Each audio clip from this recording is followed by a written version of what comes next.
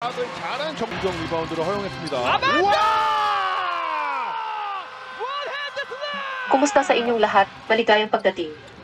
Ngayon, titingnan natin ang mga issue sa pag-renew ng kontrata ni Abando, Carter, at Wilson ng Anyang Cheongkwonjang basketball team.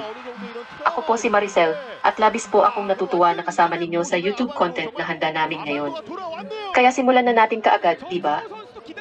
Ang Anyang Cheongkwonjang basketball team ay isang kilalang koponan ng profesional na basketball sa South Korea. Sa kasalukuyan, may mga balita ukol sa pagpirma muli ng kontrata ng sikat na manlalaro nila na si Abando. Maraming fans ang nagtatanong at interesado tungkol sa isyong ito.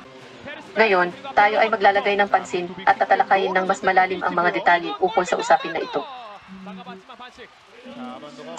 Si Abando ay nagpakita ng magaling na performance noong nakaraang season at ang kanyang kagalingan at dedikasyon ay nagpatibay sa maraming tao. Ngunit may mga usap-usapan na naglalakad ngayon tungkol sa kanyang pagpirma ulit ng kontrata, kaya't ang mga fans ay sinusundan ito. Ang kasalukuyang kontrata ay nasa proseso ng pagpapatuloy, ngunit ang pagsasalitaan ng mga negosasyon sa pagitan ng player at team ay mas mahalaga at nabibigyang diin na issue. Si Abando ay isang kabataan at maaasahang manlalaro, ang halaga niya ay kinikilala ng maraming koponan. Ang kanyang kahusayan sa laro, pamumuno, at impluensya sa loob ng koponan ay napakagaling. Dahil dito, may interes din ang ibang mga koponan na kumuha sa kanya.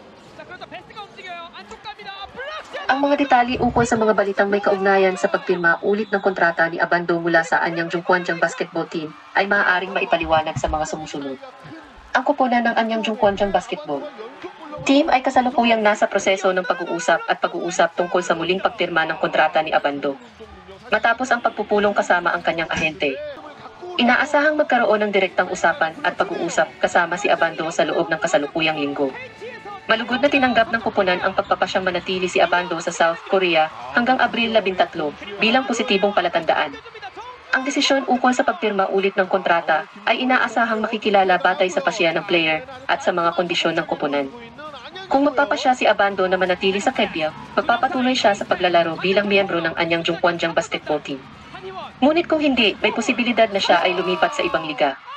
Si Abando ay kinikilala bilang isang kilala at pinahalagahang manlalaro sa ESL at pati na rin sa bansang Japan at Taiwan.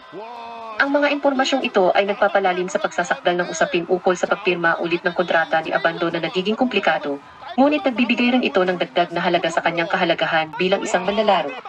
Maaari mong malaman ang mga kahalintulad na balita ukol sa pagpirma ulit ng kontrata ni Abando sa pamamagitan ng opisyal na website ng Anyang Cheongkwonjang basketball team o sa mga kaugnay na pahayagan at mga outlet ng sports news. Sa pamamagitan ng pagpapanatili sa mga pinakabagong balita, magkakaroon ka ng mas detalyadong impormasyon ukol sa usaping ito. Sa kasalukuyan, ang Anyang Cheongkwonjang basketball team at si Abando ay patuloy na nagpapatupad ng negosasyon ukol sa muling pagpirma ng kontrata.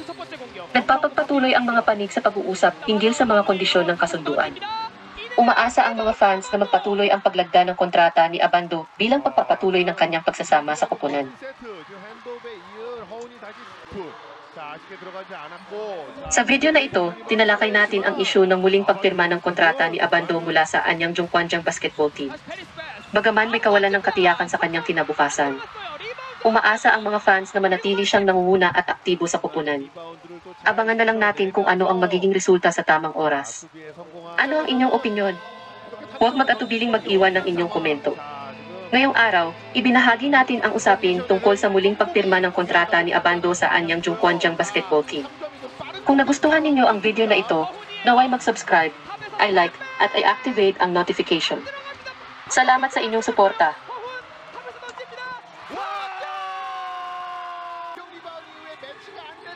자, 이 점이 또 서울의 정확한 3점이 나왔고요. 게임 클락 7초, 6초.